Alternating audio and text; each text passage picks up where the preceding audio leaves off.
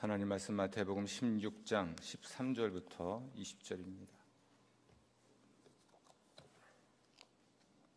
함께 봉독합니다.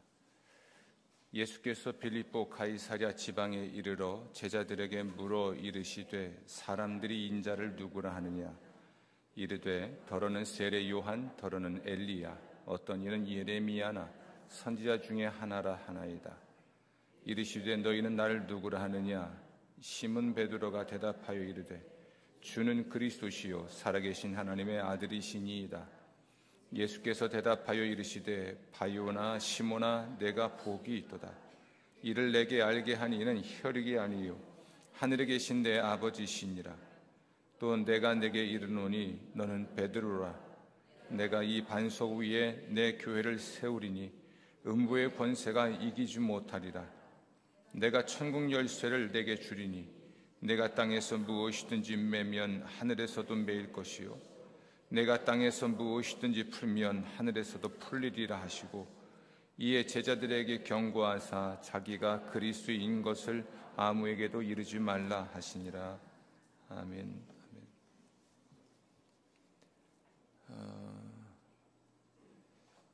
2023년 6월 우리의 신앙과 영성, 설교와 교육의 주제가 성결교회에 관한 것입니다. 오늘은 교회 이야기를 하게 되겠죠. 그런데 교회 이야기를 해야 하는데 편하지 않을 수 있습니다. 왜냐하면 오늘날 교회가 영광스럽지 않기 때문에 그렇죠. 우리가 교회를 다니고 있는 것이 자랑스럽지 않기 때문에 그렇습니다. 더군다나 함께하는 교회를 다니는 것 자체를 부끄러워하는 사람들이 너무나 많기 때문이기도 하죠.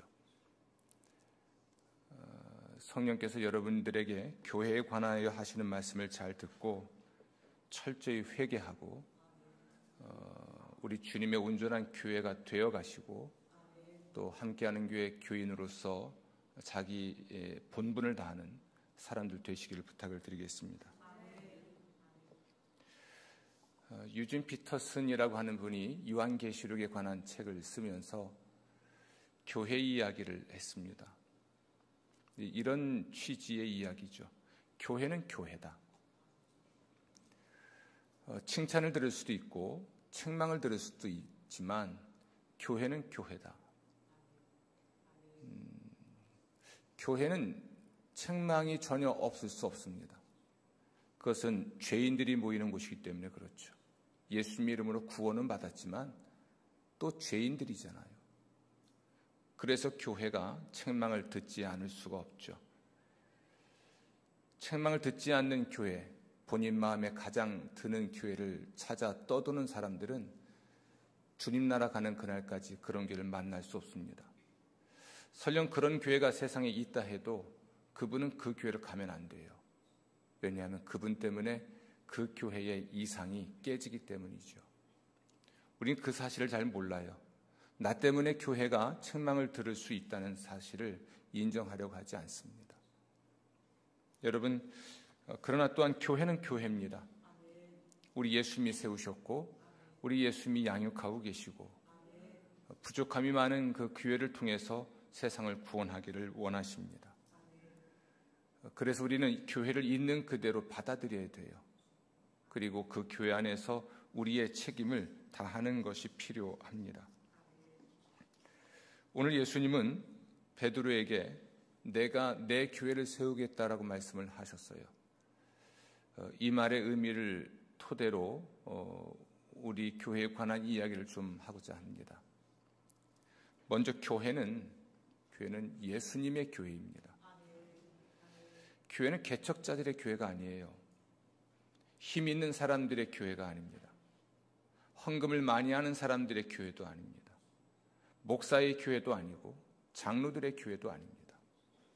따라서 모든 횡포를 중단하셔야 돼요. 교회는 누구의 교회입니까? 예수님의 교회입니다. 왜냐하면 예수님이 세우셨기 때문이고 예수님을 왕과 구원자로 고백하는 신앙 공동체이기 때문에 그렇고요. 아멘. 또 예수님께서 주관하시기 때문에 그렇습니다. 교회는 어떤 다른 누가 조직한 게 아니고 하나님이 조직하셨고, 교회는 내가 가까이 하고 싶은 사람들만 만나는 곳이 아니라 하나님이 보내신 사람들을 만나야 하는 곳입니다. 우리는 교회가 예수님의 교회라는 사실을 깊이 인지하면 가장 중요한 게 무엇인지를 알 수 있어요. 교회와 관련해서 가장 중요한 건 여러분의 신앙 고백과 순종입니다. 신앙 고백이 뭘까요? 예수님이 누구이신가라는 질문에 대하여 우리가 마음속 깊은 곳으로부터의 동의와 헌신을 말합니다. 베드로에게 있어서 예수님은 누구이셨을까? 예수님에 대한 의견이 분분했지만 베드로에게 예수님은 살아계신 하나님의 아들이시고 그리스도 구원자이십니다. 아멘. 이 진리를 전하였기 때문에 사도들은 순교할 수밖에 없었죠. 옥에 갇혀도, 매를 맞아도, 목숨을 잃어도 죽어가는 그 순간에도 예수님을 임금과 구원자로 고백을 했습니다. 오늘날 교회에 많은 세례교인들이 있죠. 여러분 세례교인이시죠? 세례를 받을 때 가장 중요한 건 그의 신앙 고백입니다. 예수님을 왕과 구원자로 믿고 있는가이죠. 그런데 예수님을 왕으로 믿는다면 예수님께 절대적으로 순종해야 할 것이고요. 구원자로 믿는다면 예수님을 절대적으로 의지해야 되겠죠. 그러니까 순종과 의존이 수반되지 않는 말뿐인 고백이 오늘날 교회를 망가뜨리고 있습니다. 유진 피터스는 교회에 관한 이야기를 하면서 교회는 왜 책망을 들을까? 교회 안에는 왜 죄가 있을까에 대해서 답을 합니다. 좀 충격적인 표현인데 자연계에서 가져온 것 같아요. 교회 안에는 기생하는 신자들이 많다. 기생이 뭘까요? 다른 생명체에 붙어 있으면서 자기 이익만 취하는 존재를 말합니다. 남의 피 빨아먹는 존재죠. 교회는 공생관계입니다. 서로에게 생명을 주고 생명을 받을 수 있는 관계 이해하죠. 서로에게 사랑을 주고 사랑을 받을 수 있는 관계 이해하는 것이죠. 내 이익만 챙기는 이익 집단이 결코 아닌 것이죠. 그러면 교회는 왜 이런 사람이 있을까? 두 가지를 이야기합니다. 하나는 교회 자체 안에서 벌어진 일인데 죄인들이 이 안에서 함께 살기 때문이라는 것이고요. 또 하나는 예수님 믿기 전에 갖고 있던 습관, 성품을 그대로 가지고 교회로 들어오기 때문이다. 그러니까 예수 믿기 전에 가지고 있던 그 모든 악하고 나쁜 습관들을 가지고 예수를 믿으니까 법적으로는 예수 믿고 하나님의 자녀가 됐는지 몰라도 그의 성품과 삶은 전혀 그리스도인답지 않은 것 때문에 그런 일이 벌어진다고 말을 하죠. 교회 내부의 문제이든 외부에서 가지고 들어온 것이든 결국 우리 안에 있는 나 때문에 교회는 책망을 들을 수밖에 없죠. 혹시 나는 교회에서 기생하는 그리스도인은 아닐까요? 나의 유익만 취하려고 하지 순종과 어떤 형태로든 의존이 없는 헌신과 희생이 없이 자신의 이익만 취하려고 하는 이런 야만적이고 이기적인 사람들의 집단이 아닐까요?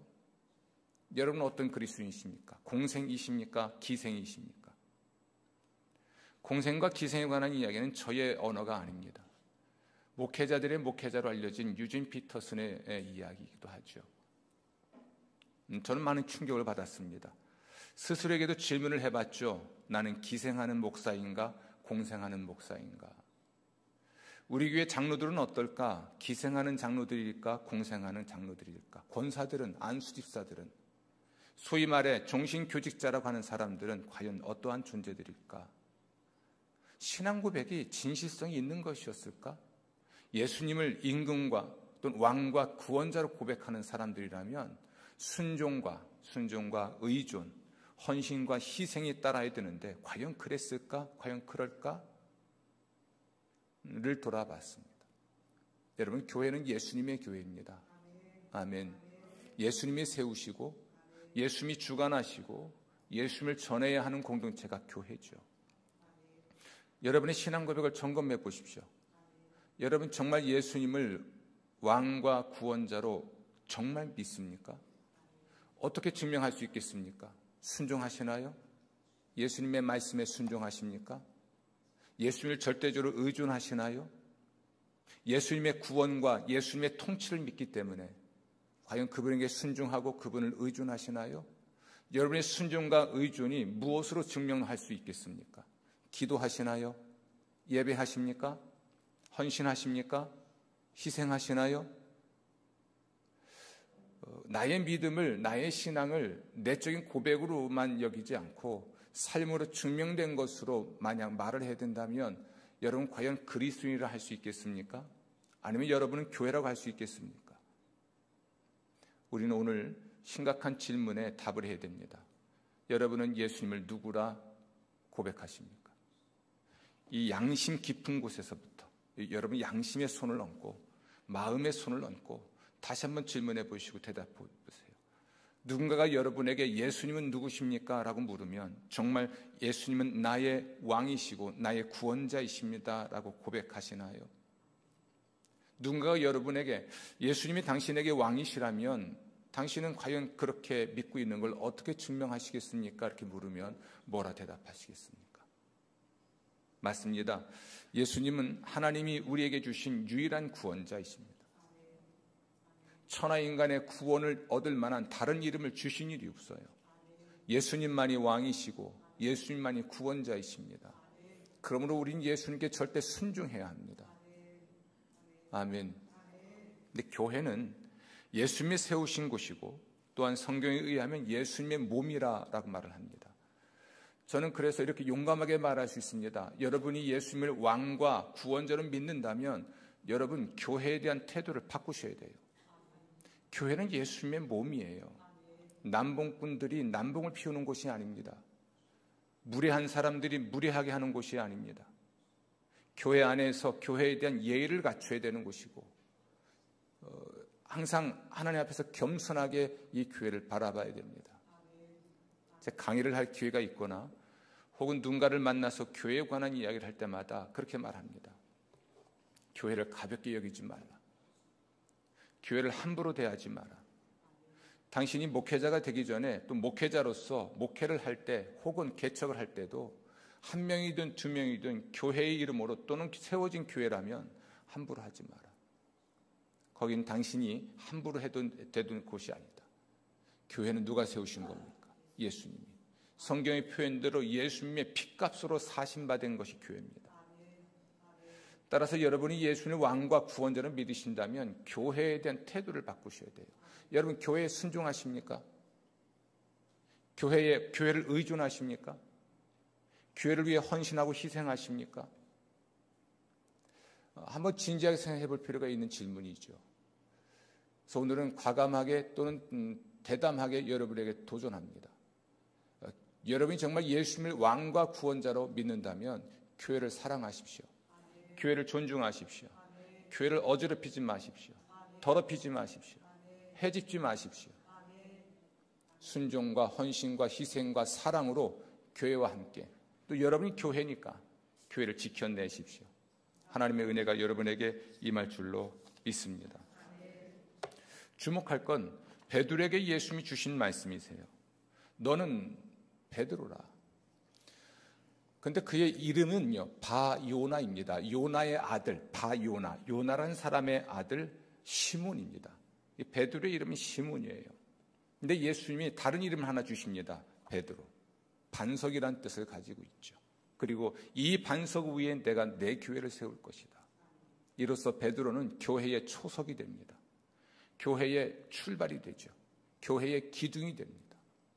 역사 속에 등장한 모든 교회는 베드로로부터 시작합니다. 단순한 베드로의 신앙 고백만이 아니라 정말 인물로서 베드로는 교회의 초석이 된 인물이죠. 사도행전을 펼쳐보십시오. 오순절날 성령 세례 받고 나서 곧바로 성전에서 안진뱅이를 고치고 설교를 시작한 사람이 베드로입니다. 사도 바울이 역사 속에 등장하기 전에 베드로는 초기 교회의 중요한 인물이었죠. 저는 감히 여러분에게 당부합니다. 여러분 교회에 베드로와 같은 존재가 되십시오. 초석이 되시라는 이야기입니다. 함께하는 교회의 시작이 되시고 근간이 되십시오. 여러분이 흔들리면 교회가 흔들릴 수 있는 사람 되셔야 됩니다. 여러분이 죄를 지으면 교회가 죄를 짓게 되는 정도의 사람이 되어야 합니다. 그러니까 교회에 중요한 사람이 되라는 이야기예요. 있어도 그만 없어도 그만이 아니라 정말 교회에 중요한 사람이 되셔야 됩니다. 이것은 경제력으로 정치력으로 중요한 사람이 되라는 얘기가 아닙니다. 영적으로 도덕적으로 신앙적으로 중요한 사람 되십시오. 영향력을 가져야 돼요. 그 사람이 기도를 하지 않으면 교회가 무너지고 그 사람이 예배하지 않으면 교회의 예배가 무너질 수 있을 만큼 강력한 은혜가 있는 영향력을 가진 하나님의 사람이 되셔야 합니다. 그걸 소망하십시오. 나는 교회의 초석이 되어야 하겠다. 나는 교회의 기초가 되어야 하겠다. 나는 교회와 운명을 같이 해야 하겠다. 좀 무리하게 말한다면 내 운명이 교회 운명이고 교회 운명이 내 운명이고 이 생각을 가져야 돼요. 그래야 함부로 교회를 이탈하지 않아요. 들어오는 것도 쉽고 나가는 것도 쉬운 곳이 교회가 아닙니다. 성경에 의하면 주님께서 교회의 지체가 되게 하신다 했습니다. 내가 함께하는 교회의 성도가 되었고 교인이 되었다면 하나님이 하신 일이죠. 내 기분 따라 내 처지 따라 내 상황 따라 언제든지 교회를 이탈할 수 있다면 하나님의 뜻을 거역하는 사람입니다. 하나님이 그를 그냥 두진 않습니다. 하나님을 좀 무서워해야 될 것 같아요. 교회를 경외할 수 있어야 할 것 같습니다. 너무 방자합니다. 교회 안에서 무례합니다. 난동을 피웁니다. 성도 여러분, 오늘날 교회의 위기는 사실은 우리의 위기잖아요. 교회를 누가 지킵니까? 우리가 지켜야죠. 세상 사람들이 교회를 비난하고 박해할 수 있습니다. 그런데 우리가 함께 교회를 비난하고 교회를 박해하고 있어요. 이건 자해 행위고 자폭하는 거죠.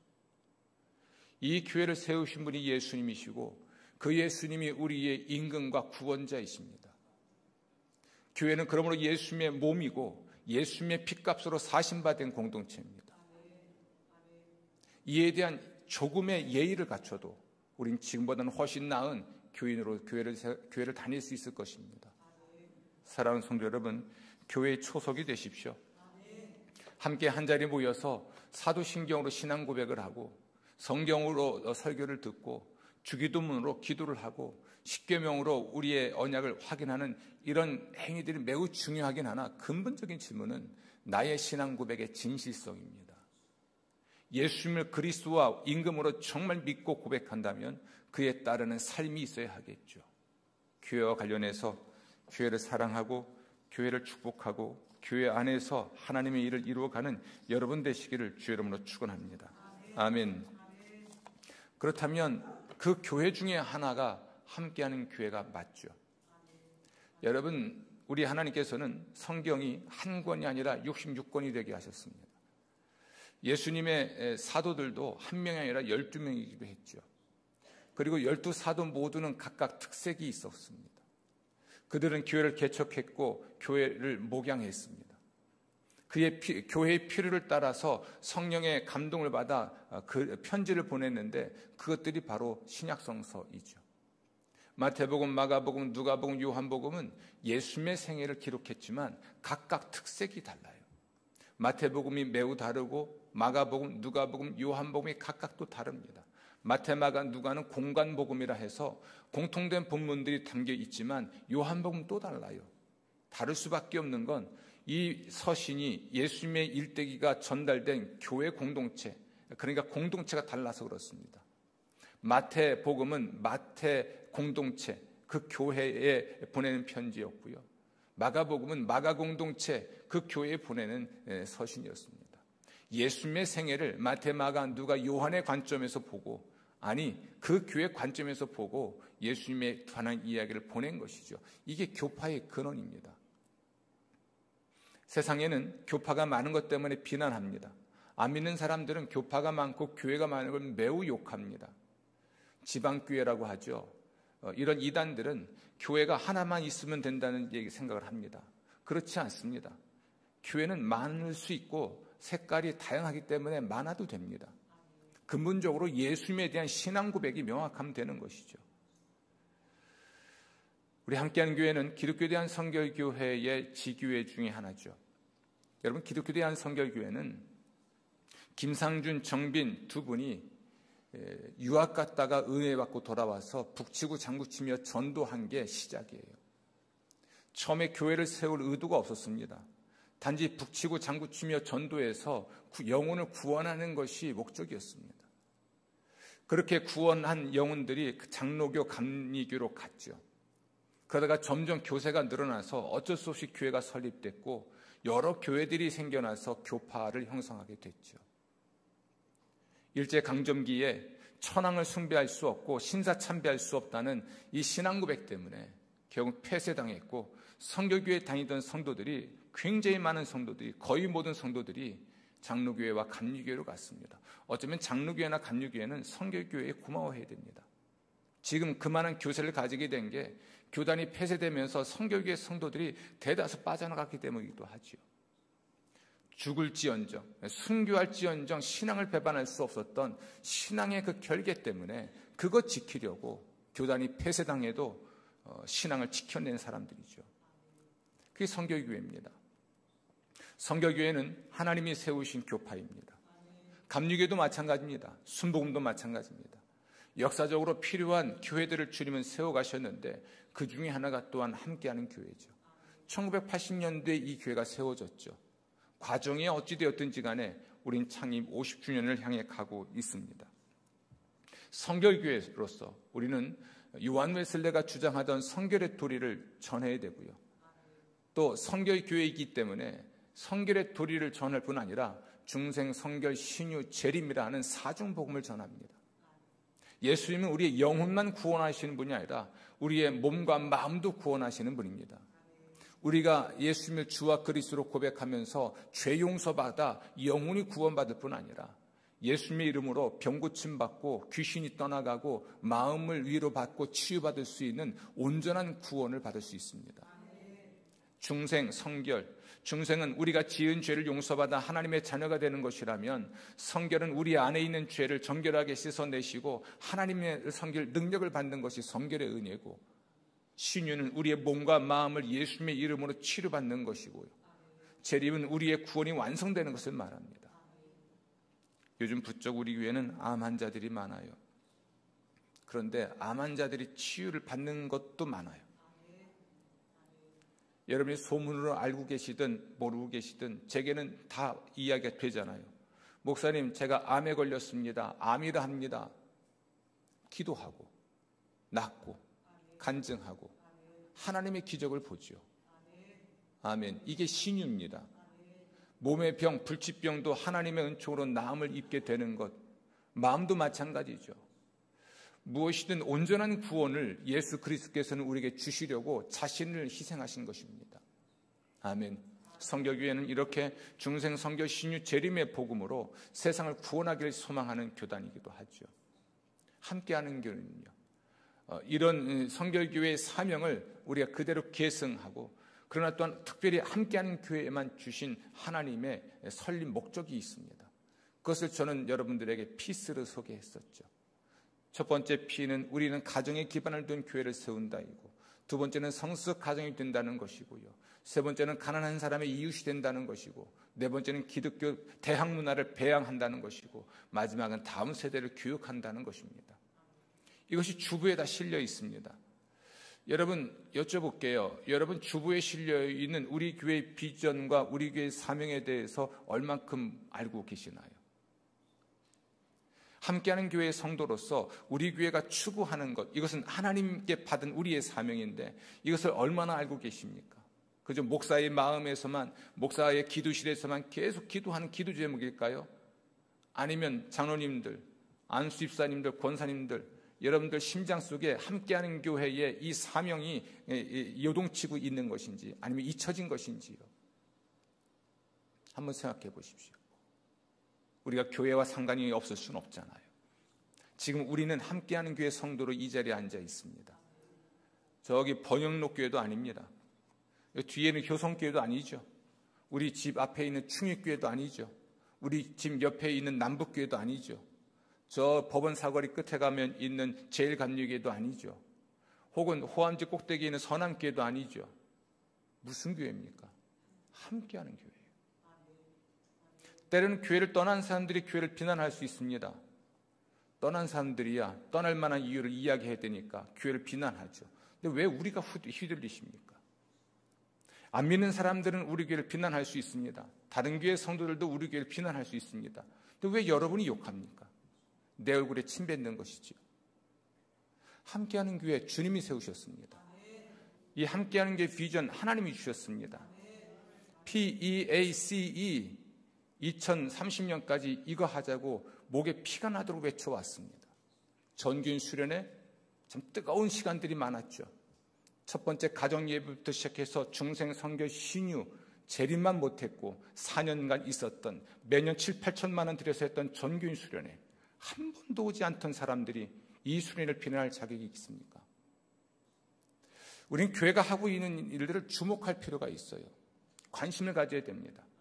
참여해야 됩니다. 기도해야 합니다. 헌신해야 됩니다. 후원해야 됩니다. 우리 교회예요. 함께하는 교회는 여러분이 함께하는 교회예요. 왜 자해하시고 왜 자폭하십니까? 왜 부끄러워하십니까? 여러분이 부끄러우십니까? 여러분의 담임 목사가 부끄러우세요? 함께하는 교회가 부끄럽습니까? 아니잖아요. 자랑해도 돼요. 충분히 그래도 됩니다. 성결하고 또 건강하고 온전한 교회입니다. 부족함이 많아도 우리 주님이 세우신 교회고 교회는 교회이고 여러분이 교회입니다. 함께하는 교회가 성결교회라는 거 잊지 마시고 또 이 함께하는 교회에 주신 주님의 소명이 남다르다는 걸 아셔야 됩니다. 아멘. 우리 교회가 다른 교회와 똑같아지길 기대하지 마세요. 우리 교회는 우리 교회입니다. 그렇죠. 함께하는 교회는 함께하는 교회예요. 충일교회는 충일교회이고 두 교회를 비교하지 마십시오. 옆에 교회와 우리 교회를 비교해서 이뤄야 된다고 말하지 마십시오. 함께하는 교회는 성결교회다워야 하고 함께하는 교회다워야 합니다. 이걸 주님께 여쭤보고 주님이 지혜를 주시는 대로 주님이 능력 주시는 대로 그 뜻을 이루어가는 것이 우리 교회이죠. 아멘. 이런 맥락에서 우리 교회가 야심차게 기도하며 준비했던 것들이 있습니다. 그것은 헤리티지 플러스라는 것입니다. 몇 년 전에 제가 말씀드린 것 같습니다. 가장 오래된 새 것, 이것을 우리가 배우고 익히고 이것을 세상에 전해야 한다고 말씀드렸습니다. 코로나19 시대, 이제 엔데믹이죠. 오늘 6월 첫 주입니다. 엔데믹이 시작됐습니다. 2020년 2월이었습니까? 코로나가 처음 우리에게 알려졌고 20년, 21년, 22년, 3년 지나 23년 6월에 엔데믹이 됐습니다. 교회가 어떻게 될까 위기를 느꼈죠. 이렇게 예배당에 모여 예배 드린 일이 여러분 이게 오래된 일이 아니에요. 그렇죠? 최근의 일입니다. 이 예배당에서 제가 여러분을 너무 보고 싶어가지고 눈물까지 흘린 사람이잖아요. 교인이 한 명이 없습니다. 교회를 지키겠다고 나오는 사람이 아무도 없을 때 녹화하고 혼자 설교하고 그러면서 여러분 보고 싶다고 했던 게 얼마 안 됐잖아요. 그러면 우리는 어떤 교회가 되어야 할 것인가? 이 시대에 어떻게 예수 그리스도의 복음을 전하고 복음을 살아낼 것인가? 이것 때문에 주 앞에 기도하고 또 기도하다가 계속 강조한 것이 가장 오래된 새 것이라는 것입니다. 가장 오래된 새 것, 첫 번째가 가정이었고 두 번째가 교리였고 세 번째가 교회력이었고 예전이었고 이런 것들 여러분들과 공유했던 것이죠. 헤리티지 플러스, 우리 교회의 간세대 양육 프로젝트입니다. 헤리티지, 유산이죠. 신앙 유산을 다음 세대에 계승하자는 겁니다. 교회 밖에 있는 불신자를 전도하는 시간들, 네, 그래야 하겠죠. 하지만 내 자식이 교회를 안 나가요. 권사님 자식이 교회를 안 나가고 장로님 자식이 교회를 안 나가요. 그럼 신앙의 계승이 안 되잖아요. 내 생명과도 같은 것이 이 복음이고 신앙인데 이 복음이 후손들에게 계승되지 않는 건 가장 위대한 유산을 주지 않는 것입니다. 헤리티지라고 하는 말 속에는 가장 오래된 것들이 담겨 있는 것이고요. 이것을 우리가 계승하고 또 세상에 전하고자 하는 것이 헤리티지 플러스입니다. 쭉 넘겨주십시오. 헤리티지. 네, 이런 거죠. 우리의 비전 중에 성수적 가정이 된다에 관한 것이기도 하고요. 이거 매우 중요한 겁니다. 이제까지 우리의 자녀를 교회 교육부서와 교회에 맡겼었는데 두 번째 누가 있습니까? 가정, 부모가 있습니다. 그러니까 부모와 가정의 기능을 강화하겠다는 것입니다. 부모의 책임을 강화하는 것이죠. 넘겨주십시오. 읽어볼까요?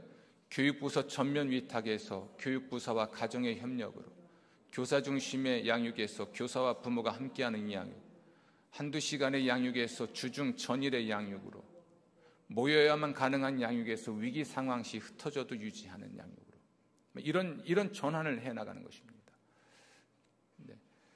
신명기 6장에 나와 있는 대로 우린 자녀 양육에 있어서 부모의 역할을 강화하는 까닭에 부모 교육에 힘쓸 것이고요. 이런 과정을 거치게 될 것입니다. 교재를 만들고 있고요. 이렇게 영유아부터 노인 세대에 이르기까지 하나님 말씀을 묵상하는 홈블레싱의 일을 해나가게 되겠죠.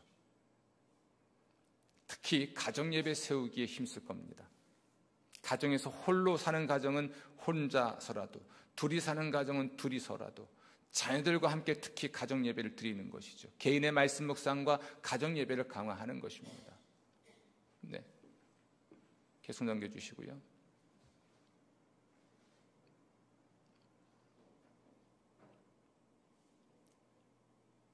네, 됐습니다. 여러분, 아주 오랜 시간 이런 과정들을 준비하고 오늘 여러분에게 잠깐 보여드리게 됐습니다. 이것이 무엇인지는 또 소개할 시간이 있을 것 같습니다. 중요한 건 우리 함께하는 교회가 잠시도 멈춘 적이 없고 멈출 수도 없고요. 앞으로 갈 수가 밖에 없습니다. keep going이죠. 그냥 앞으로 가는 거예요. 혹은 keep moving입니다. 계속 움직여야 합니다. 오늘 우리는 교회에 관한 이야기를 듣고 있죠. 특히 성결교회에 관한 이야기를 듣고 있습니다. 6월달 우리의 신앙과 영성, 교육과 설교 주제가 교회, 특히 성결교회인데요. 우리는 함께하는 교회의 성도이고 성결교회의 성도입니다. 올 한 해 한 사람, 한 영혼 주께로 복음 전도에 매진할 것이고 앞으로 우리가 어떤 방향으로 교회가 갈지를 오늘 잠깐 말씀드릴 수 있었습니다. 오늘 오후에 직원회도 있죠. 이야기를 마무리하겠습니다. 세상에는 참 많은 교회가 있습니다. 저는 교회가 더 많아져야 된다고 생각을 해요. 왜냐하면 참 다양한 사람들이 살고 있기 때문이고 또 다양한 처지의 사람들이 있기 때문입니다.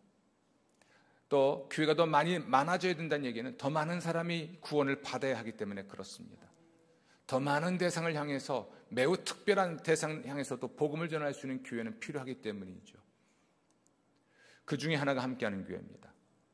충주에는 굉장히 많은 교회들이 있습니다.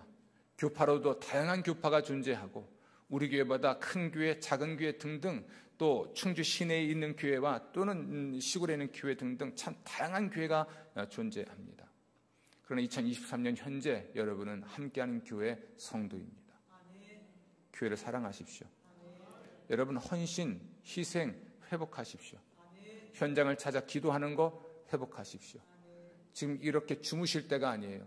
이렇게 나태하게 계실 때가 아닙니다. 정신 차리셔야 될 때입니다. 주님의 재림은 임박하고 우리가 해야 할 시간은 일할 시간은 별로 없습니다. 긴박하죠. 어제도 돌아보니까 제가 10년 남았어요. 너무 긴박한 거예요. 20년 보냈는데 10년밖에 안 남았습니다. 뭘 할 수 있을까? 말씀 묵상하면서 하나님이 함께하는 교회에 저를 머물게 하신 이유 두 가지가 있었습니다. 하나는 해야 할 일들을 완성하는 것, 끝내는 것. 또 하나는 사람 세우는 겁니다. 이게 제게 주어진 두 가지이더라고요. 해왔던 것들을 마무리하는 것과 사람을 세우는 것. 무엇이 되었든 어떤 방식이 되었든 성령이 여러분에게 감동을 주시는 대로 하나님의 일을 이루고 하나님의 복을 많이 받으시기를 주 이름으로 축원합니다. 저는 여러분 모두가 하나님의 복 받길 원해요. 여러분 잘 되길 원합니다.